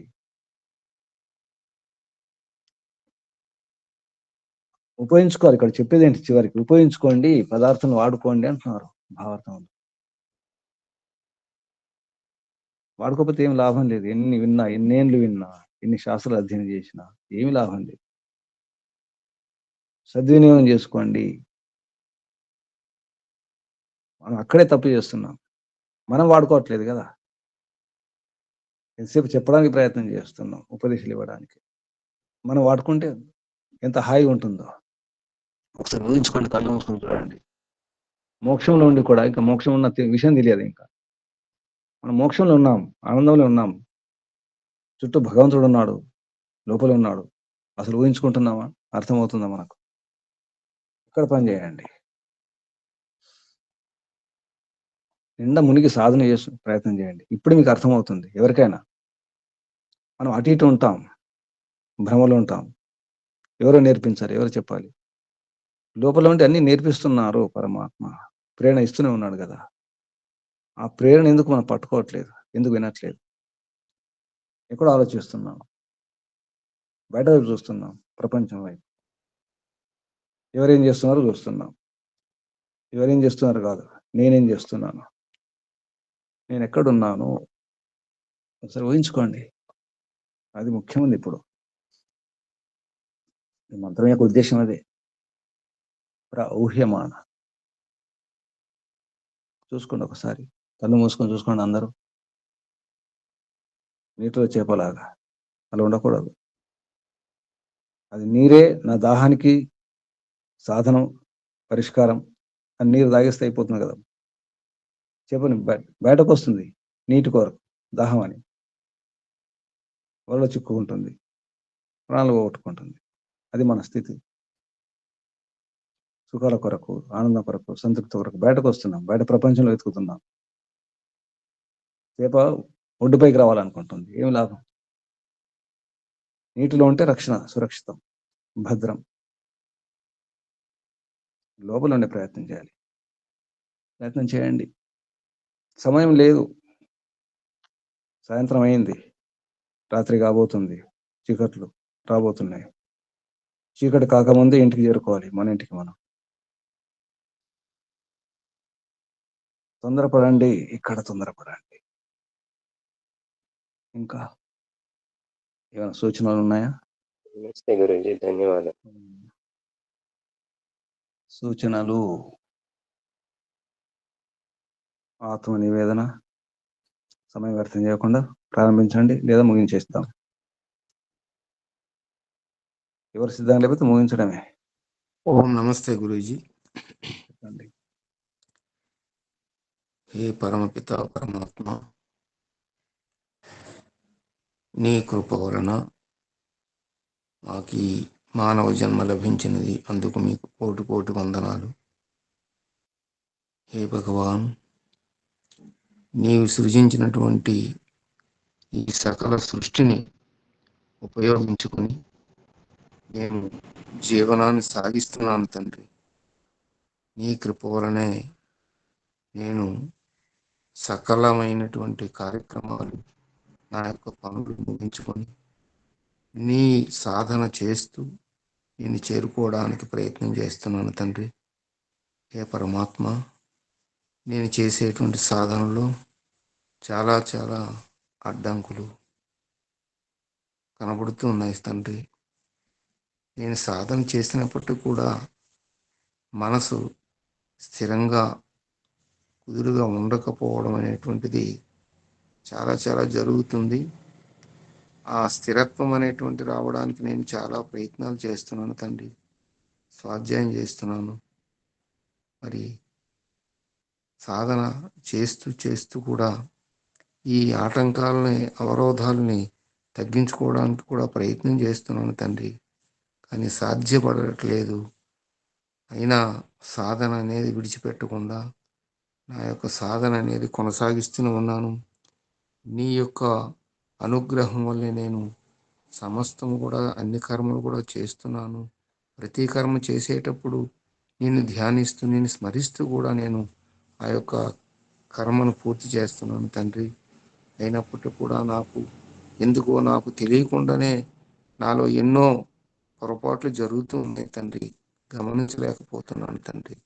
మరి ఈ జన్మ నాలో అవిద్య, అజ్ఞానం వలననో లేక మరి ఏ విధముగానో నాలో ఉండేటువంటి ఈ పొరపాట్లను నేను గుర్తించలేక ఆ రకంగా అనుకోకుండానే జరుగుతున్నాయి తండ్రి. కొన్ని తర్వాత తెలుస్తుంది, అయ్యో నేను పొరపాటు చేశాను అని. చేసేటప్పుడు మళ్ళీ దాని ప్రాయశ్చిత్తంగా మళ్ళీ నేను దాన్ని ఆలోచిస్తూ ఉన్నాను తండ్రి, ఎందుకు ఇలా జరిగింది అనేటువంటి విషయాన్ని. కానీ చాలా చాలా సార్లు కూడా నేను ఆ పొరపాట్లను సరిదిద్దుకోవడానికి ప్రయత్నం కూడా చేస్తున్నాను తండ్రి. నీ కృప వలన, నీ అనుగ్రహం వల్లనే నాకు ఈ పొరపాట్లను సరిదిద్దుకునేటువంటి జ్ఞానాన్ని కూడా ప్రసాదించి తండ్రి, ఆ శక్తిని, ఆ సామర్థ్యాన్ని కూడా నాకు ప్రసాదించి తండ్రి. హే పరమపిత పరమాత్మ, ఈ యొక్క సకల సృష్టిని కూడా నీవు నా కొరకే ఇచ్చావు అనేటువంటి విషయాన్ని కూడా దీన్ని ఉపయోగించుకొని, ఈ సృష్టిని ఉపయోగించుకొని నేను ముందుకు వెళ్ళాలనేటువంటి నిశ్చయంతో ఉన్నాను తండ్రి. అది ఆ నిశ్చయాన్ని మీరు నాకు, మీ సంకల్పం, మీ యొక్క అనుగ్రహం అనేటువంటిది నాకు బాగా పూర్తిగా ఉన్నప్పుడే నేను ఈ యొక్క అవరోధాల్ని, ఆటంకాల్ని దాటి ముందుకు వెళ్ళగలను అనేటువంటిని నమ్మకాన్ని కూడా నాకు కలుగుతుంది తండ్రి. ఆ విధంగా నేను ఆ బాటలోనే మిమ్మల్ని చేరుకోవడానికి, మీ గృహంలో చేరుకోవడానికి, మీ గృహమే మా గృహము తండ్రి. ఆ సొంత ఇల్లు అనేటువంటి దాన్ని చేరుకోవడానికి నేను ప్రతినిత్యం కూడా తపన పడుతూ ఉన్నాను తండ్రి. ఆ తపనలో భాగంగానే సాధన చేస్తున్నాను. చేసినప్పటికీ కూడా నాకు అవి అవరోధాలుగా కనిపిస్తున్నాయి. ఆ అవరోధాలు దాటించడానికి నేను సర్వ విధాల ప్రయత్నం చేస్తున్నాను. దానికి కానీ మీ యొక్క కరుణ అనేటువంటిది నాకు కావాలి. మీ సహాయము నాకు కావాలి తండ్రి. ఆ సహాయం, మీ యొక్క సహాయంతోనే నేను ఈ జన్మను దాటి మీ యొక్క గృహానికి, ఆ మోక్ష పదం అనేటువంటి చేరుకోవడానికి ప్రయత్నం చేస్తున్నాను తండ్రి. ఇదే చివరి జన్మగా కావాలని అనుకుంటూ కూడా నేను నా యొక్క సాధనాన్ని విరమించకుండా ప్రతినిత్యం కూడా చేస్తున్నాను తండ్రి. ప్రతి కర్మలో కూడా మిమ్మల్ని ధ్యానిస్తూ, మిమ్మల్ని ఊహించుకుంటూ కూడా మిమ్మల్ని సరైనటువంటి మార్గంలో మిమ్మల్ని ఉపయోగించుకున్నప్పుడే నేను ఈ అవరోధాలు దాటగలను అనేటువంటి ఆలోచన కలుగుతుంది తండ్రి. కానీ నాకు తెలియకుండానే నాలోని ఏవేవో ఆలోచనలు, ఏం జరుగుతుందో కూడా గుర్తించలేనటువంటి అంత అజ్ఞానంతో ఉన్నాను తండ్రి. నాకు ఈ అజ్ఞానం దూరం చేసి నన్ను ఒక మంచి మార్గంలో, వైదిక మార్గంలో నడిపిస్తూ నా యొక్క ఈ జన్మను సార్థకం చేసుకునేటువంటి యోగ్యతను నాకు ప్రసాదించి తండ్రి. మీరే నాకు సరైనటువంటి మార్గదర్శకులు.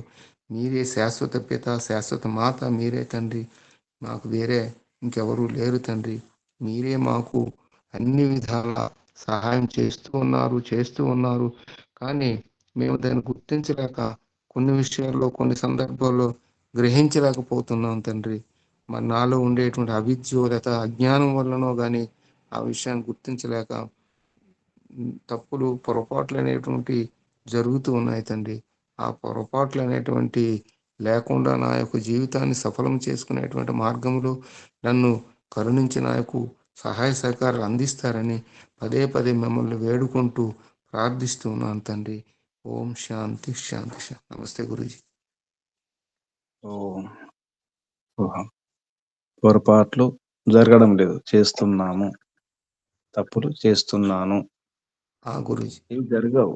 నేను చేస్తున్నాను, తప్పులు చేస్తున్నాను, పొరపాటు చేస్తున్నాను.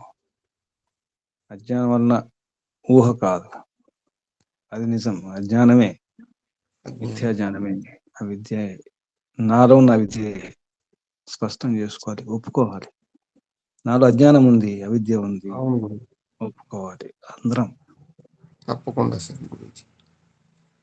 నాలో అజ్ఞానం ఉంది, అవిద్య ఉంది అని ఒప్పుకున్నప్పుడు తర్వాత అప్పుడు మార్చుకునే అవకాశం ఉంటుంది. అన్నీ తెలుసు అంటే ఇంకేం చెప్పలేము. గురూజీ. పోటీ పడండి, ఈ మార్గంలో పోటీ పడండి. ఎవరు ముందుగా సాధిస్తారు. బయట ప్రపంచంలో పోటీ పడ్డాం, పరిగెత్తినాం, పరిగెత్తి అలసిపోయినాం, అలసిపోతూనే ఉన్నాం. ఇప్పుడు పోటీ పడండి సాధన మార్గంలో. ఎవరు ముందు పోటీ పడండి. ఓం గురూజీ. నమస్తే. ఓం శుభం.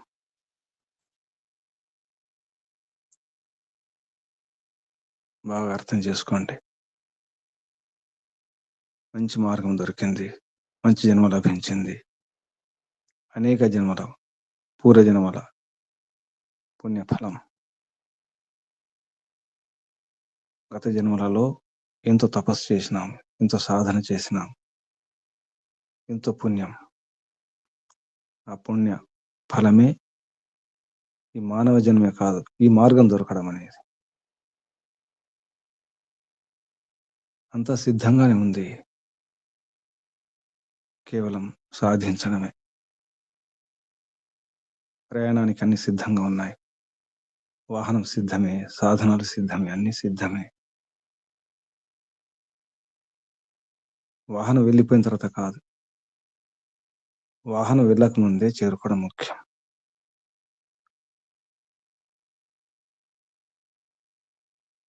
అంత గడిచిపోయిన తర్వాత ఏడిస్తే లాభం లేదు. ఇప్పటికే చాలా వయసు అయిపోయింది. వయసు పెరిగిపోతుంది, ఆయుష్ తరిగిపోతుంది. చాలా సమయం ఉంది అనుకుంటూ మనం సమయం వ్యర్థం చేసుకుంటాం. భయం రావట్లేదు. భయం రావాలి. మనం భయపడట్లేదు. ఇంకా సమయం ఉంది, ఇంకా అనుభవిస్తాను, ఇంకా సుఖాలుంటాయి భవిష్యత్తులో, ఇంకా సుఖాలుంటాయి అనుకుంటున్నాం, ఊహించుకుంటున్నాం. ఈ ఊహలో ఉన్నాం, ఊహాలోకాల్లో తేలియాడుతున్నాం. భయం రావాలి. మరణ భయం. రోజు మరణించకూడదు, మాటి మాటికి మరణించకూడదు. ఎన్నో విషయాలు మరణిస్తున్నాం, ఆత్మవంచన చేసుకుంటాం. భయపడండి, సమయం వ్యర్థమవుతుంది, సమయం లేదు. సంధ్యా సమయంలో ఉన్నాం. కొద్దిసేపట్లో రాత్రి కాబోతుంది, చీకట్లు వస్తాయి. ఇంటికి చేరడం ఎలా? ఎవరికి కూడా సమయం లేదు. నిజానికి అర్థం చేసుకుంటే ఏ వయసు వారికైనా. ఇప్పుడైతే మనం సాయంకాలం సమయంలో ఉన్నాం. తొందరపడండి. పని ఏమైనా ఉంటే ముగించుకోండి. ప్రాపంచిక వ్యవహారాలు ఏమైనా ఉంటే మానసికంగా తెంచుకోండి, అప్పగించుకోండి. అక్కడే ఉన్నా పర్వాలేదు, అక్కడ ఉండండి. ముందు ఎక్కడున్నారు అక్కడే ఉండండి. చూసుకోండి, గమనించుకోండి, స్థితిని గమనించండి. ఏ స్థితిలో ఉన్నారు, ఏ మెట్టు పైన ఉన్నారో చూసుకోండి. అక్కడే ఉండండి, అక్కడే సాధించండి. ఉన్న చోటే, ఉన్న స్థితి నుండి ఉన్నత స్థితికి ప్రయత్నం చేయండి. కానీ భయం ఉండాలి. సమయం లేదు, చీకటి, రాత్రి కాబోతుంది, ఇంటికి చేరుకోవాలి. ఇప్పుడున్న ఇల్లు అది నిజమైన ఇల్లు కాదు, తాత్కాలికమే. ఉండేదే లేదు ఈ ఇంట్లోనే కాదు, మనం కట్టుకున్న ఇల్లే, మనం నిర్మించుకున్న ఇల్లే, మన ఊరే. అయినా మనం ఉండలేం. ఇంట్లోనే కాదు, ఒంట్లో ఉండలేం.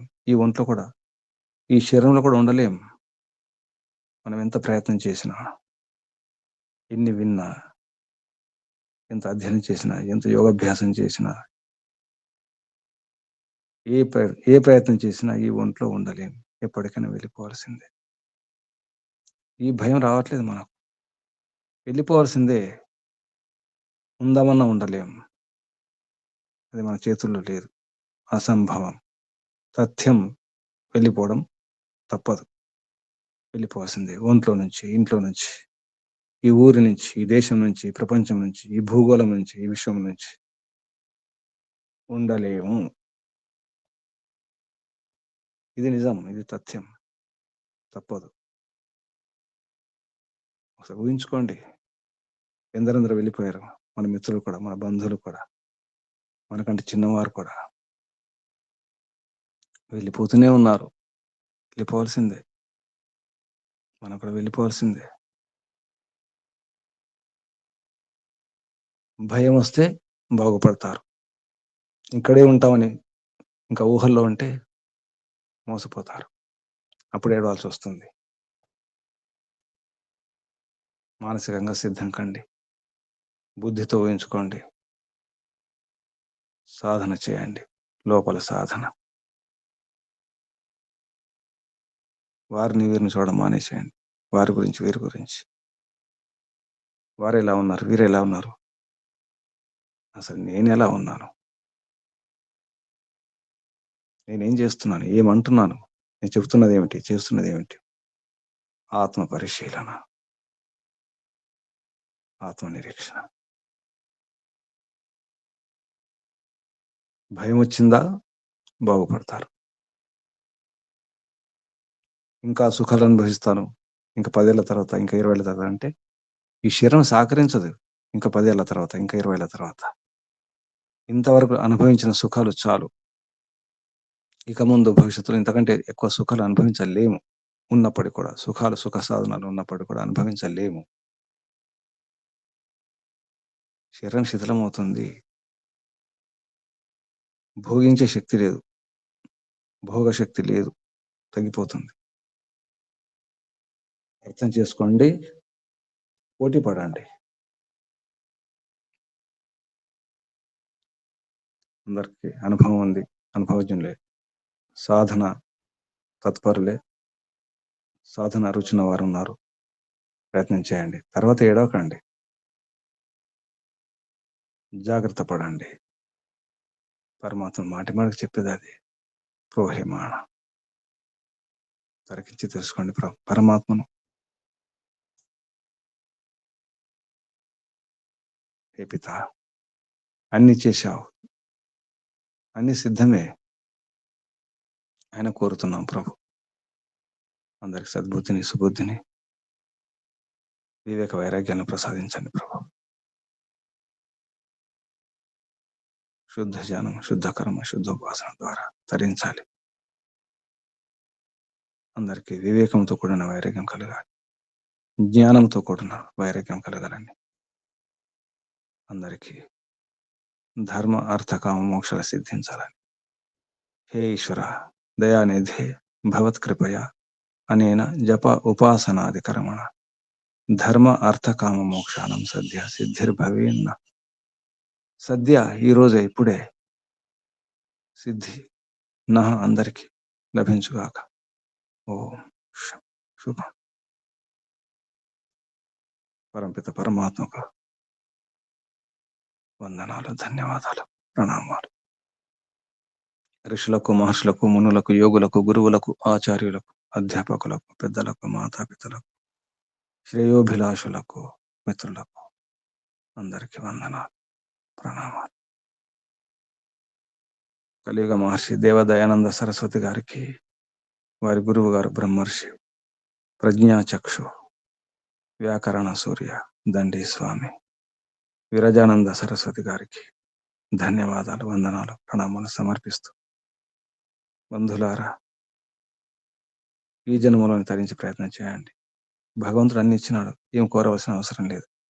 బుద్ధి, బలం, శక్తి, సామర్థ్యాలు అన్ని ఇచ్చినాడు. రోజు ప్రేరణ ఇస్తూనే ఉన్నాడు, ప్రతి క్షణం, ప్రతి దినం ప్రేరణ ఇస్తూనే ఉన్నాడు.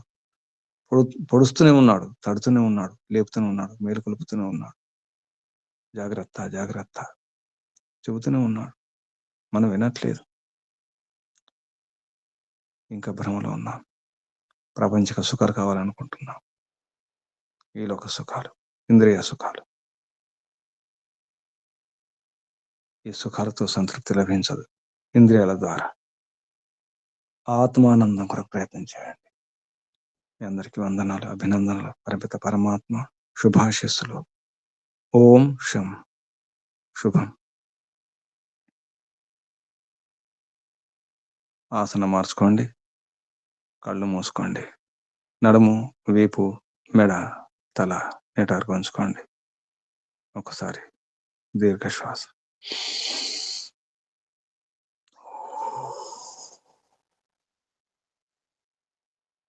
అనుభూతి చెందండి, పరమపిత పరమాత్మ యొక్క ఆనందంలో ఉన్నాం. ఊహించుకోండి, చుట్టూ ఆనందమే, అంత ఆనందమే, లోపల కూడా ఆనందమే. ఇది అసత్య ఊహ కాదు, నిజమైన ఊహ. ఇది నిజం. చుట్టూ పరమాత్మే, లోపల పరమాత్మే. అనుభూతితో ఓంకారం చేద్దాం, స్మరిద్దాం పరమాత్మ. శ్రద్ధతో లీనమై శ్వాస నింపండి. ఓ